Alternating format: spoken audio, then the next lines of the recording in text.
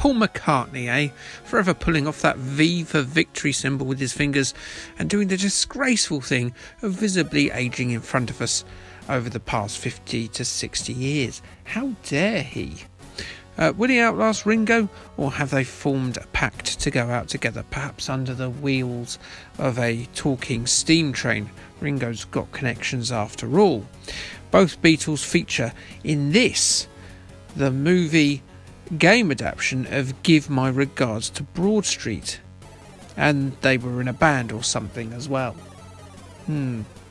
Give My Regards to Broad Street was a 1984 musical directed by Peter Webb and starring McCartney and Brian Brown, and really this could equally have been on an episode of Games Based on Flop Movies, as Give My Regards to Broad Street absolutely tanked at the box office.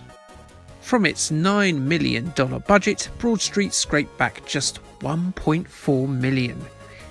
Ouch. The movie finds Paul, Ringo, and Paul's wife of the time, Linda, sadly departed, playing fictional versions of themselves as they chase across London trying to prevent some of Paul's master tapes that have gone missing getting bootlegged, and Paul's record company then getting taken over in the process. It's reliant on the album selling because the Beatles famously were really unsuccessful, and therefore Paul McCartney obviously has no money at all to put up to save his record company. It was also the first time the Frog song was shown to the public, as it was presented as a pre-film short. Thank God for that, eh? Bomb, bomb, bomb. Oh, I'm getting flashbacks to my Rupert the Bear episode. Yeah, you got to get those cheap links in when you can.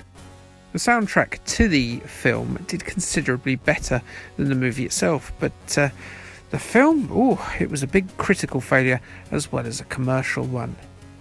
Now, I could talk in depth about the Beatles and Paul McCartney's part in that band, but come on, if you don't know who they are, I don't think you would be watching, as you probably have no idea what a computer or a phone is.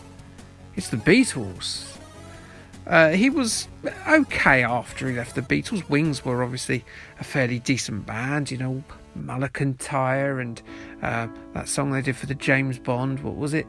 Live and Let Die, wasn't it? Yes, that was a blooming good song, wasn't it? A memorable one, perhaps one of the best Bond songs. But yes, I think in recent times, I think age catches up with every musician, and their stuff they do when they get beyond a certain age, it's just not that memorable, is it? Contentious, but there we are. Instead, let's go straight to the video game released on both the Commodore 64 and the ZX Spectrum in 1985. The game was published by Argus Press Software, who would later go on to become Grand Slam. It was programmed by Concept Software Limited, who you might know from their sparse, atmospheric and underrated classic Alien adaptation in 1984. If you've not played the game that Concept made about Alien, I suggest you change that, because it is really good. It's sort of like Among Us, but without the multiplayer aspect, crap graphics, and an alien from their movie Alien. Funnily enough, it wasn't the first game based on the Beatles either. Yeah, even back in 1985, there was another game based on the Beatles, The Beatle Quest, as it's called, preceded Give My Regards to Broad Street by a couple of months, and was a text adventure set in the space year of 2953, with you as the keeper of the archives of ancient Earth knowledge. That's a job I quite like. There follows an adventure full of Beatles lyrics as you look for clues about the four kings of EMI. The Beatle Quest, made using a program called the Quill, came out on the same formats courtesy of Number 9 software, and was about as authorised as Prince Andrew as a professional chaperone for teenagers. Back to our main focus, as we should always be, rather than being a meandering Susan like we are, and let's give My Regards to Broad Street. You, as a 43-year-old Paul McCartney, have from 9 a.m. until midnight on Saturday to mix together No More Lonely Nights. Otherwise, the group's backer will eat 82 Labrador puppies in front of Linda and make her cry into her corn snacks. You do this by charging around a geographically kinda accurate London and by rounding up your 7 band members, then getting them back to Abbey Road and then having them record their part of the song. It helps if, like a cabbie with the knowledge, you know where Elephant and Castle is compared to Camden Town, but for those who have never been to that filthy, stinking hive of humanity called London, there's a handy map included. There are clues to where the musicians tend to hang out that are written in their profiles, but it's up to you to head to the correct tube station or landmark at the right time and then slouch about walking around for them to turn up. And they might well turn up, and won't you be pleased when they do? Most of the screen is taken up by your top-down view of the Big Smoke and your little McCartney manoeuvred motor in it. It controls a little bit strangely, but it's certainly copable after a couple of minutes.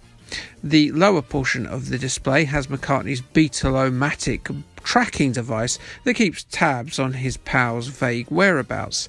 This surveillance technology seems a little bit off morally, but it'll help our vegetarian food-hawking rock legend in his quest for pop dominance. So who are we to complain about it? Just mere mortals.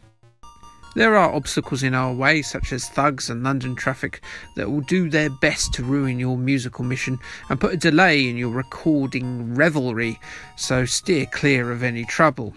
If you arrive too early to a destination, the enemy of all mortal central London men will arrive in the form of a traffic warden, and you'll be clamped and inconvenienced further still. Doesn't he know that Paul McCartney has a forgettable soundtrack album to record? God damn it, sir! Give My Regards to Broad Street is certainly an interesting title. It's a tough challenge. It's okay to play. The graphics are above average on both formats. The music is decidedly interesting on the spectrum.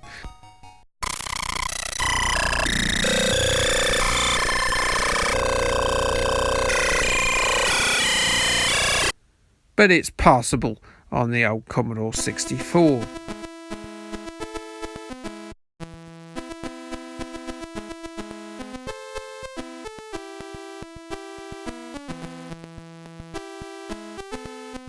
It is a commendable effort, really, Give My Regards to Broad Street.